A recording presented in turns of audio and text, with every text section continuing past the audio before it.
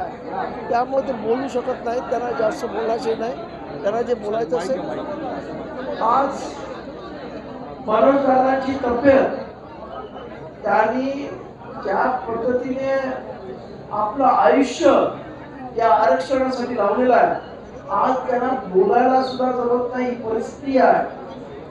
पूर्णपणे त्याच्यामध्ये त्यांचं बॉडी टेम्परेचर वाढलेलं आहे. एकंदरीत त्यांची जी परिस्थिती आहे ही पाहता सरकारने ताबडतोब या आरक्षणाच्या विषयावरती निर्णय घ्यावा, ही या महाराष्ट्रातल्या समस्त जनतेची मागणी आहे. आणि हेच या इथून मी आपल्याला सांगायला आलेलो आहे. आणि मला आशा आहे की सरकार लवकरात लवकर निर्णय घेईल.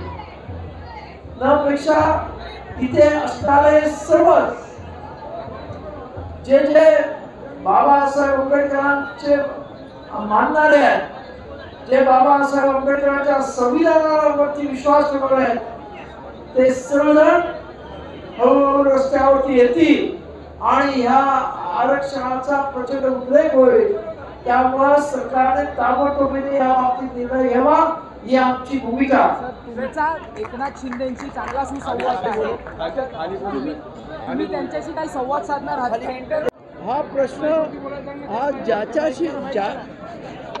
हा प्रश्न सोडवणे हे महाराष्ट्रासाठी अत्यंत महत्त्वाचं आहे.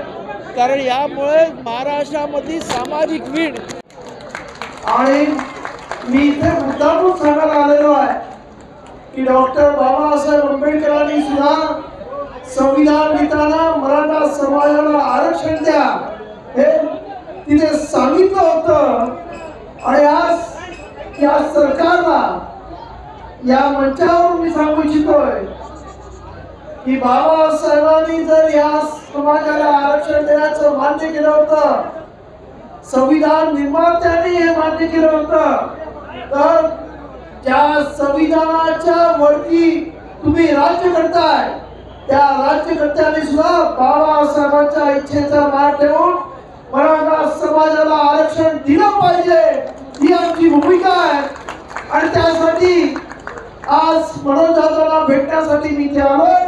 आणि आंबेडकरी समाज आपल्या खांद्याला खांदा लावून आपल्याला आरक्षण मिळायला पाहिजे यासाठी आपल्याबरोबर लढायला तयार आहे, एवढं मी इथे जाहीर करतो. धन्यवाद.